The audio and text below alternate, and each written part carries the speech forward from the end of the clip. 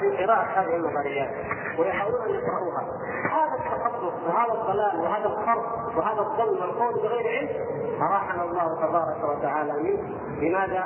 لأن أخبرنا سبحانه وتعالى في الكتاب والسنة أنه خلق آدم عليه السلام نبيا من الأنبياء، وأن ذريته بقيت على التوحيد حتى اختلفوا، كما قال ابن عباس رضي الله تعالى عنه إنه كان بين آدم وبين نوح 10 قرون على التوحيد، ثم وقع الشرك في قوم نوح كما جاء في الحديث الصحيح.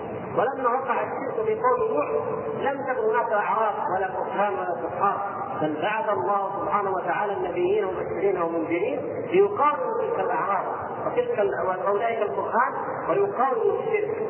فبقي الناس فريقين، المؤمنون الموحدون والكفار المشركون، وفي كل أمة يبعث الله سبحانه وتعالى رسولا مبشرا ونذيرا يدعوهم. وهذه الحضارات التي موجودة آثارها إلى اليوم كحضارة الفراعنة وحضارة الروم وقوم هود وقوم صالح، كلها كان هلاكها وكان دمارها بسبب تكذيبها بما جاء به الأنبياء وبتكذيبها بالوحي الذي جاء من عند الله سبحانه وتعالى.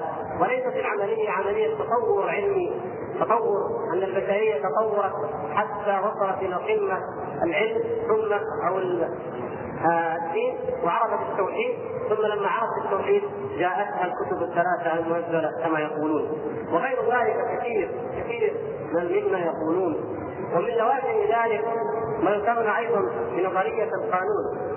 يقولون إن القوانين، إن الإنسان أول ما بدأ كان يحتكم إلى الأعراف، كان العرف هو الذي يحكم الناس، ووجدت ما يسمى النظرية التي يسمونها نظرية العقد الاجتماعي. أفراد المجتمع تعاقدوا بما بينهم عقدا عرفيا لأننا لا نتطالب، وأن يكون بيننا أخذ وعطاء، يكون بيننا يعني نوع معين من التبادل من أجل راحتك لا تديني ولا أديك، كل منهم يفسر النظرية كما يشاء. قالوا ثم بعد ذلك جاء الأنبياء وبعد ذلك جاءت الكتب، وهذا أيضا من الكذب ومن الافتراء على الله سبحانه وتعالى. فإن هذه النظريات إنما عرفتها البشرية أو مرت بها في فترات الانحراف، في أزمان الفترة التي لا يبعث فيها نبي، بل ينحرف الناس عن شريعة الأنبياء، يتخذون الأحبار والرهبان أربابا من دون الله يشرعون لهم، ويتخذون الملوك ويتخذون العراف ويتخذون القرآن، كلهم يشرعون لهم من دون الله سبحانه وتعالى. فالله سبحانه وتعالى عندما يبعث أي نبي إنما يبعثه بشرع ينزله ليتحاكم الناس إليه وليحكموا به ويحاسبهم سبحانه وتعالى على مخالفته إذا خالفوه. نظريات كثيرة، إنما هذه أمثلة. نقول هذه الأمثلة تبين لنا أن انتهاء الهدى التام وأن الشفاء وأن الحياة إنما هي في القرآن، وأن الله سبحانه وتعالى أحيا بهذا القرآن العالمين وأخرجهم من الظلمات إلى النور ورحمهم به وشفى ما كان يختلج في صدورهم من الأوهام ومن الظنون ومن التخرصات ومن النظريات الباطلة ومن الإفك والقول على الله تعالى بغير علم. هنا قضية يقول قل هو للذين آمنوا هدى وشفاء. قل هو للذين آمنوا هدى وشفاء. كيف يكون هدى للذين آمنوا وشفاء؟ أليس القرآن هدى للعالمين جميعا؟ يقول بلى، القرآن هدى للناس جميعا، لكن من المنتفع بهداية القرآن أو الوحي عامة؟ من المنتفع بهداية الوحي؟ المنتفع به هم المؤمنون، هم الذين يؤمنون به. أما الذين كفروا فهو عليهم عمى يضل به كثيرا ويهدي به كثيرا.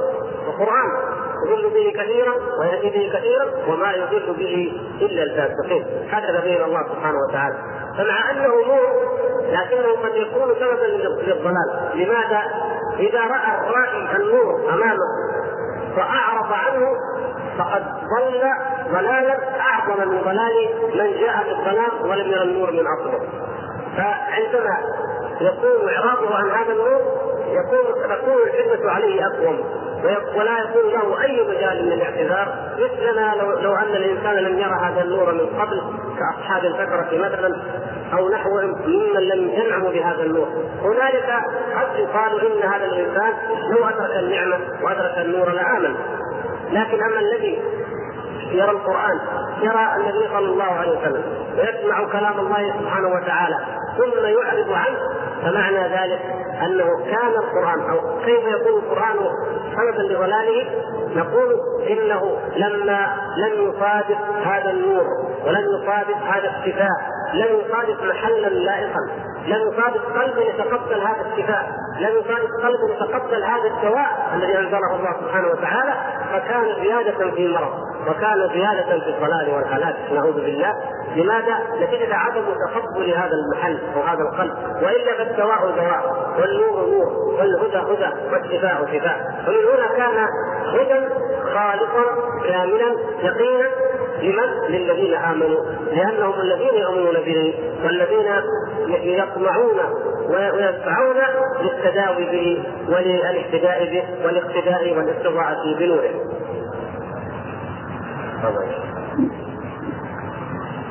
بسم الله الرحمن الرحيم. والله تعالى أرسل رسوله بالهدى ودين الحق، فلا هدى إلا فيما جاء به، ولا ريب أنه يجب على كل أحد أن يؤمن بما جاء به الرسول إيمانا عاما مجملا، ولا ريب أن معرفة ما جاء به الرسول على التفصيل فرض على الكفاية، فإن ذلك داخل في تبليغ ما بعث الله به رسوله، وداخل في تدبر القرآن وعقله وفهمه وعلم الكتاب والحكمة وحفظ الذكر والدعاء إلى الخير والأمر بالمعروف والنهي عن المنكر والدعاء إلى سبيل الرب بالحكمة والموعظة الحسنة والمجادلة بالتي هي أحسن ونحو ذلك مما أوجبه الله على المؤمنين، فهو واجب على الكفاية منهم. وأما ما يجب على أعيانهم فهذا يتنوع بتنوع قدرهم وحاجتهم ومعرفتهم وما أمر به أعيانهم، ولا يجب على العاجز عن سماع بعض العلم أو عن فهم دقيقه ما يجب على القادر على ذلك، ويجب على من سمع النصوص وفهمها من علم التفصيل ما لا يجب على من لم يسمعها، ويجب على المفتي والمحدث والحاكم ما لا يجب على من ليس كذلك.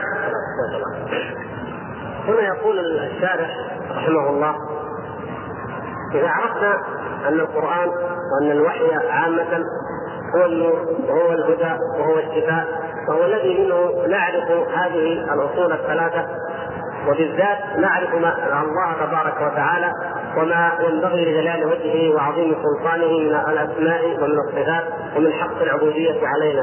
إذا كان ذلك كذلك فكيف أو ما مقدار معرفة كل إنسان لهذا القرآن؟ وكأنه بذلك يحتاط ويحترز عن قول بعض الناس إنه يجب على كل إنسان أن يعرف العقيدة كاملة تفصيلا وإلا لم يكن مؤمنا. وهذا القول قاله بعض المتكلمين، وقال به الخوارج، وقال به كثير من الزائغين المنحرفين عن منهج أهل السنة والجماعة. أما أهل السنة والجماعة فقولهم هو ما يوافق الكتاب والسنة، وهو أن الإيمان على نوعين. الإيمان على نوعين: إيمان مجمل وإيمان مفصل. فأما الإيمان المجمل فهذا الذي بإمكان كل إنسان أن يعرفه وأن يتعلمه، مثل معرفة أن الله سبحانه وتعالى واحد لا شريك له، وأنه أرسل أنبياءه بالهدى، وأن محمد صلى الله عليه وسلم هو رسول الله المطاع المقتدى به وحده، وأن الصلاة والزكاة وأتباعها من الأمور الظاهرة المعروفة بالضرورة أنها فرائض فرضها الله عز وجل على العباد. هذا يسمى الإيمان المجمل، وهو الذي ذكره النبي صلى الله عليه وسلم في حديث جبريل حين قال: أن تؤمن بالله وملائكته وكتبه ورسله واليوم الآخر وبالقدر خيره وشره من الله تعالى. وهذا الإيمان المجمل ينبغي أن يعلمه العامة، أو يجب أن يعلم للعوام حتى من كان يعرفه، فإن كل مسلم عنده قدر من هذا الإيمان، لكن يجب أن يعلمه العوام جميعا حتى يعرفوه وحتى يفهموه وتقوم الحجة عليهم، وإلا يأثم من لم يعلمهم. وأما غيرهم، أما الإيمان المفصل فإن معرفته فرض كفاية. معرفته فرض كفاية، يعني معرفة الأسماء والصفات بالتفصيل وأدلة كل منها، هذه فرض كفاية لا يجب على كل إنسان أن يعلمها، لكنها من فروض الكفاية. معرفة الأحكام الشرعية تفصيلا، لأن الإيمان كما تعلمون شعب، وكل عبادة وكل طاعة من فرض أو نفل فهي شعبة من شعب الإيمان. فهل يجب على كل إنسان كما تقول الخوارج وكما يقول بعض علماء الكلام أن يعلم كل شعبة من شعب الإيمان بالتفصيل ويعلم دليلها؟ ولذلك قالوا ان الايمان شيء واحد فقط وهو ما في القلب يتخلص من هذه المشكله. نقول لا، ليست هذه مشكله. الله سبحانه وتعالى امرنا ان نتعلم وحثنا على العلم، لكن العلم التفصيلي لا يجب على كل انسان ان يعلم الا بقدر ما يحتاج اليه وبقدر ما يستطيع وبقدر ما يمكن، فهو داخل بقوله تبارك وتعالى اتقوا الله ما استطعتم، بقدر الاستطاعه ينبغي. لكن بالنسبه للامه كافه هو فرض كفايه، يجب ان يوجد للامه العلماء والمفتون والحكام الذين يحكمون بما انزل الله ويفتون الناس بما انزل الله ويعلمونهم شرع الله تبارك وتعالى. فمعرفة ما جاء به النبي صلى الله عليه وسلم على التفصيل أي معرفة الإيمان المفصل هذه إذن فرض كفاية.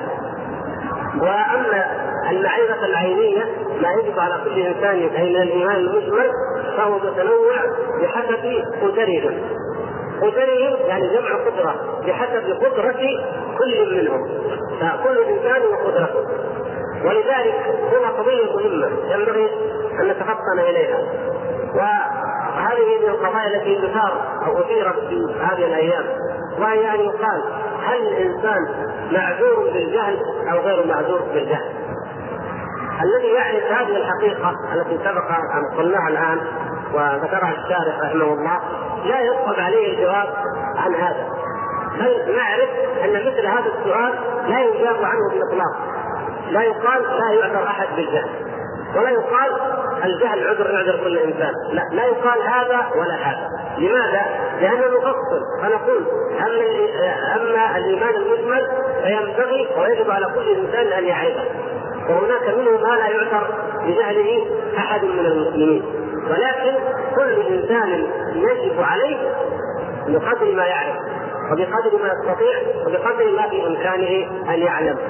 فإذا كان بإمكانه أن يعلم وجوب الصلاة أو فرضية الصلاة أو أي حكم من الأحكام وأعرض عنه ولم يبالي به فإنه يدخل في باب الجهل، والجهل قد يكون نوعا من أنواع الكفر، من أنواع الكفر، كفر الجهل، وقد يكون هذا في الأصول. أما في الفروع أو في الطاعات فقد يعاقب لأنه فرط ولم يتعلم ما يجب عليه من شعب الإيمان هذه، فعلى حسب قدرته وطاقته يؤاخذ وما دام بإمكانه أن يتعلم.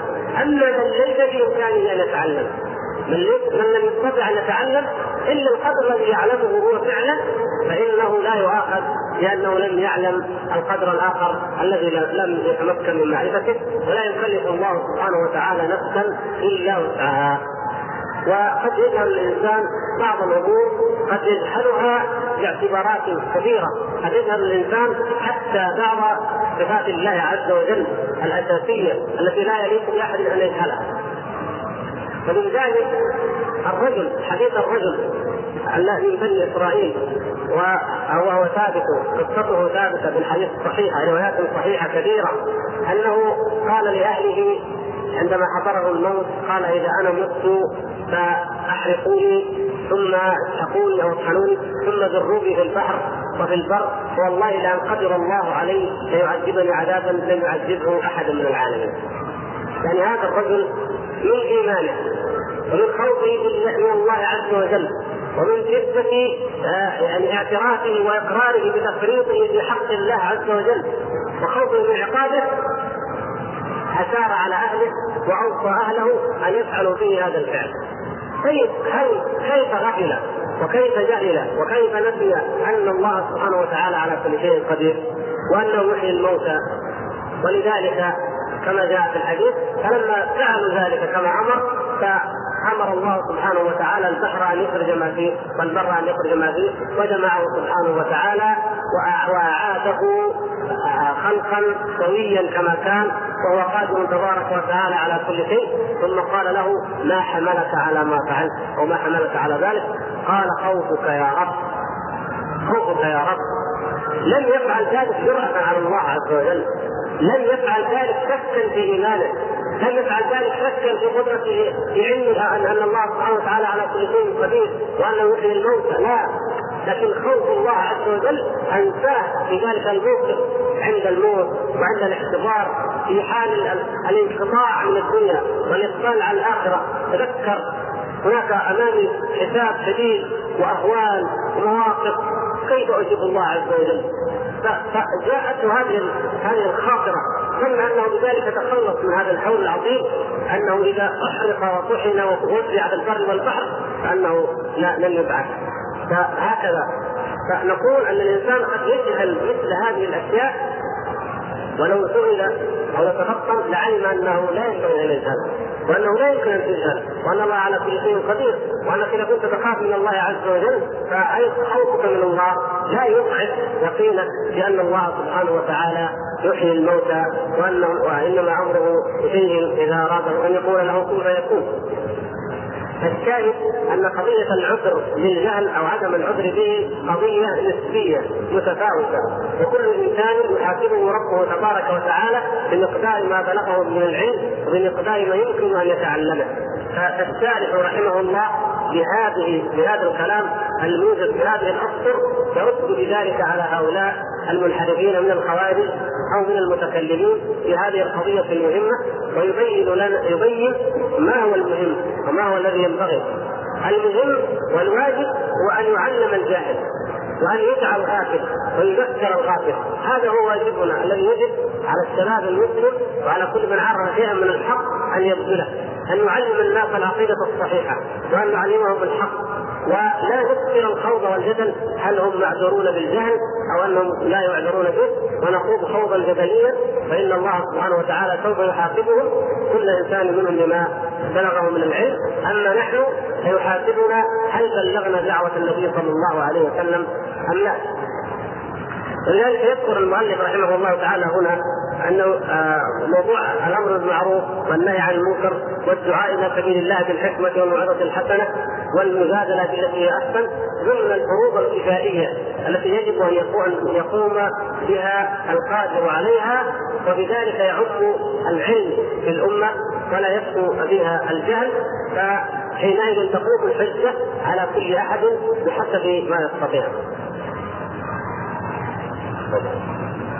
وينبغي أن يعرف أن عامة من ضل في هذا الباب أو عجز فيه عن معرفة الحق فإنما هو لتفريطه في اتباع ما جاء به الرسول وترك النظر والاستدلال الموصل إلى معرفته، فلما أعرضوا عن كتاب الله ضلوا، كما قال تعالى فإما يأتينكم مني هدى فمن اتبع هداي فلا يضل ولا يشقى ومن أعرض عن ذكري فإن له معيشة ضنكا ونحشره يوم القيامة أعمى. قال رب لم حشرتني أعمى وقد كنت بصيرا قال كذلك أتتك آياتنا فنسيتها وكذلك اليوم تنسى. قال ابن عباس رضي الله عنهما تكفل الله لمن قرأ القرآن وعمل بما فيه ألا يضل في الدنيا ولا يشقى في الآخرة، ثم قرأ هذه الآيات.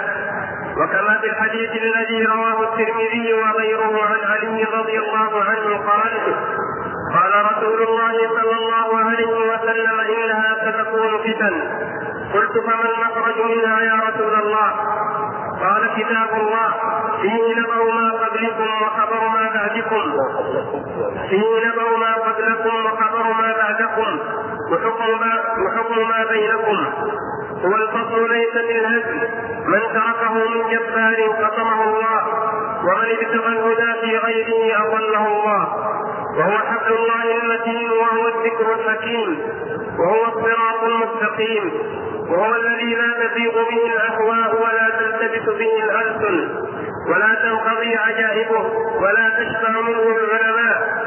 من قال به صدق، ومن عمل به أجر، ومن حكم به عدل، ومن دعا إليه هدي إلى صراط مستقيم، إلى غير ذلك من الآيات والأحاديث الدالة على مثل هذا المعنى. ولا يقبل الله من الأولين والآخرين دينا يدينون به إلا أن يكون موافقا لدينه الذي شرعه على ألسنة رسله عليهم السلام. هنا الشارح رحمه الله كأنه يجيب على تساؤل قد يقال إن مع أن الوحي هذا الكتاب والسنة مع أن فيها الحق وفيها النور وفيها الهدى، ولكننا نجد أقواما كثيرين حتى من المنتسبين إلى الإسلام قد ضلوا وتخبطوا وتاهوا، فمنهم كثير ممن عبر عن حيرته كما قال شاعرهم: لعمري لقد طفت المعاهد كلها فلم أرى إلى أن يقول إلا قارعا في المنادم، كما قال الآخر والرازي عندما قال: نهاية إقدام العقول عقال، وغاية سعي العالمين ضلال، ولم نستفد من عمرنا من بحثنا طول عمرنا سوى أن جمعنا فيه قيل وقالوا. كثير جدا يعني عبروا عن حيرتهم وعن ضياعهم مع أن الكتاب والسنة بين أيديهم ومع أن هذا الهدى بين أيديهم، لكنهم خاضوا في علم الكلام وخاضوا في العقائد في معرفة الله ومعرفة اليوم الآخر ومعرفة صفات الله سبحانه وتعالى، فتاهوا وحاروا وضلوا. فإذا قيل كيف يضيع هؤلاء ويضلون ويتخبطون مع أن الكتاب والسنة بين أيديهم؟ فيجيب الشارح رحمه الله تعالى على ذلك ويقول: إن عامة من ضل في هذا الباب أو عجز عن معرفته فإنما بسبب تفريطه في اتباع ما جاء به الرسول صلى الله عليه وسلم. التفريط أنه لم يأخذ الحق من مصدره الصحيح حتى وإن كان مؤمنا وإن كان القرآن بين يديه، لكنه فرط في اتباع هذا القرآن وفرط في الاقتداء بهدي هذا القرآن، فحينئذ عوقب بالضلال أو بالعجز أو بالحيرة والعياذ بالله. وماذا؟ وترك النظر.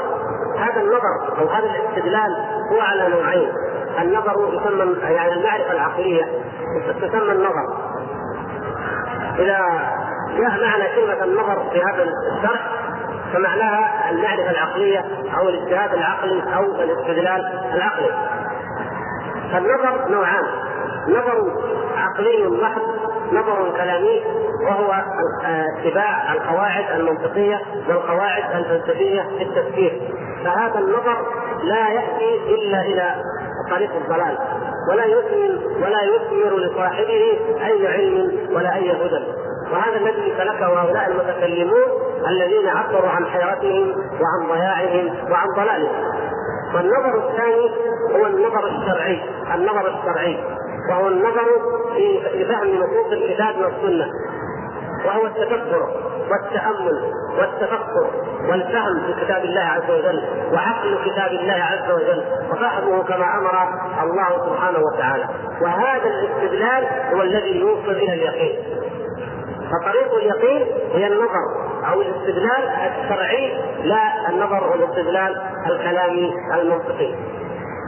ومن ذلك أن الله تبارك وتعالى ضرب لنا الأمثلة الكثيرة جدا على أعظم القضايا التي هي قضايا الإيمان، كقضية الإيمان بالله سبحانه وتعالى. ضرب الله سبحانه وتعالى الأمثلة الكثيرة والآيات الكثيرة الدالة على وحدانيته سبحانه وتعالى وعلى أنه الحق وعلى أن القرآن حق وعلى أن محمد صلى الله عليه وسلم حق. فهذه الآيات على قسمين: يقول الله سبحانه وتعالى: سنريهم آياتنا في الآفاق وفي أنفسهم حتى يتبين لهم أنه الحق. فهناك الآيات الكونية أو الآيات التي ينظر إليها الإنسان نوعين: آيات في الكون وآيات في النفس. فعلماء الفلك أو علماء الطب مثلا الذين يعرفون هذه الأمور أو يدرسون أو يتأملون، وبدون علماء من ينظر البدوي العامي الجاهل الذي لا يعرف أي علم ينظر إلى السماء كيف رفعت وإلى الجبال كيف نصبت وإلى الأرض كيف فتحت، بإمكانه أن ينظر إلى هذا. البعير الذي يركبه ينظر الى الابل كيف خلقت. اي انسان يمكن ان ينظر وان يتامل، ويجب عليه ان ينظر وان يتامل، ويصل به تامله ونظره وتدبره الى اليقين. اليقين الاعتقاد الجازم الصادق الذي لا يدخله ريب ولا شك بان الله سبحانه وتعالى حق، وان لقاءه حق، وان الجنه حق، وان النار حق. كل انسان يملك ذلك. وكذلك النظر في النفس. النظر في النفس لا يشترط فيه التعمق كعلماء التشريح وعلماء الطب، هؤلاء كلهم يزدادوا يقينا، نعم، لكن كل انسان ينظر الى نفسه. ألم نجعل له عينين ولسانا وشفتين وهديناه النجدين؟ كل انسان ينظر يتعجب، ينظر في كيف خلقه الله سبحانه وتعالى ونفسه، كيف خلق غيره من المخلوقات، يتامل كيف يفكر هو، كيف يتذكر، كيف يجمع المعلومات، كيف اشياء بامكان كل انسان مهما كان مستواه العلمي ان يتفكر وان ينظر ويصل عن طريق هذا النظر وعن طريق هذا الاستدلال الى ان الله سبحانه وتعالى حق، والى معرفه الله سبحانه وتعالى حق المعرفه، معرفه لا يخالفها الريب والشك. وكذلك الايمان باليوم الاخر. ولان الايمان باليوم الاخر واكثر القضايا الغيبيه انكارا من المشركين، فان الله سبحانه وتعالى اقسم سبحانه وتعالى عليه، اقسم عليه سبحانه وتعالى على الايمان باليوم الاخر.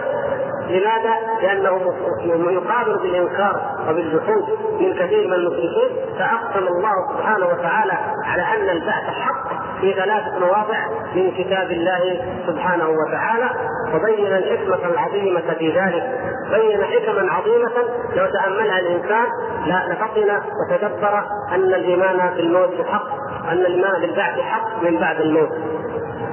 فضرب الله سبحانه وتعالى في صور كثيرة وآيات عديدة الأمثال بإحياء الأرض الميتة. فإنك ترى الأرض الميتة لو كانت في حوش بيتك أو أمامك تراب فقط، ليس أمامك إلا تراب، جاء المطر ماذا يأتي بعد أيام؟ تأتي الزهور الخضراء والحمراء والألوان المختلفة والنباتات الطويلة والنباتات الممتدة، جميع أنواع النباتات تنبت، ثم لها روائح مختلفة، ثم لها طعوم مختلفة، ثم لها نسبة من السكر، هذا أكثر وهذا أقل وهذا مر سبحان الله، وهذا فيه دواء وهذا فيه غذاء وهذا لا ينفع لشيء وهذا فيه غذاء للدواء وهذا كل هذه الأشياء من أين؟ من هذا التراب الذي أخذت بيدك، التراب ليس من أي شيء. فالله سبحانه وتعالى ضرب في صور كثيرة المثل بإحياء الموتى، أنه قادر على إحياء الموتى بإحياء الأرض الميتة. الأرض الميتة يخرج منها سبحانه وتعالى الحب والثمر مختلفا ألوانه والنخيل والزرع والزيتون. وكذلك الله سبحانه وتعالى إن الذي أحياها لمحيي الموتى سبحانه وتعالى، كذلك النشور، كذلك الخروج. آيات كثيرة تدل على أنه سبحانه وتعالى قادر على إحياء الموتى. فيضرب الله تعالى لنا هذه الأمثلة لنستيقن ونعلم أنه سبحانه وتعالى حق، وأن الإيمان بالآخرة يقين لا يتزعزع بأي شبهة من الشبه. لذلك يقول سبحانه وتعالى: وأقسموا بالله جهد أيمانهم لا يبعث الله من يموت بلى وعدا عليه حقا ولكن أكثر الناس لا يعلمون ليبين لهم الذي يختلفون فيه وليعلم الذين كفروا أنهم كانوا كاذبين. هنا آيات أخرى تدل على أن البعث حق من بعد الموت، عبرة غير عبرة النظر في الأحياء والكائنات، عبرة ذهنية، عبرة نظرية. تفكر الإنسان إذا قال المشركون والله لا يبعث الله من يموت، وأقسموا بالله جهد إيمانهم لا يبعث الله من يموت، قال بلى وعدا عليه حقا ولكن أكثر الناس لا يعلمون. ثم بين الحكمة قال ليبين لهم الذي يختلفون فيه، هذه واحدة. والأخرى وليعلم الذين كفروا أنهم كانوا كاذبين. سبحان الله، لو تعامل الإنسان هاتين الحكمتين لاستيقن أنه لا بد من يوم آخر. ليبين لهم الذي يختلفون فيه. كم يختلف البشر يا إخوان في قضايا علمية، في دعاوى حقوق، في أمور كم يختلف. يجيك واحد يبكي ويحلق الأيمان أنه مظلوم، وتستدعي خصم الآخر يبكي ويحلق الأيمان أنه هو المظلوم. ما تدري كيف تحكم. تحتار كيف تعمل. اختلف الناس في امور اعظم من ذلك، اختلفوا بربهم عز وجل، منهم من يعبد الاحجار قل هذا ربنا، منهم من يعبده سبحانه وتعالى حق العباده، منهم من يعبد 3، منهم من يعبد 10. اختلف الناس. طيب هذه الاختلافات العلميه وهذه الاختلافات الواقعيه بين الناس وهذه كلها، وجود الظالم والمظلوم، وجود الباغي الباطش المتكبر الجبار المحارب لله عز وجل، الذي يعيش عمرا طويلا في عافيه وفي قوه وفي عزه وفي سلطان وجبروت يظلم عباد الله عز وجل ويتسلط على دمائهم وعلى اموالهم ويفعل ما يشاء، ثم يأتيه الموت ويذهب.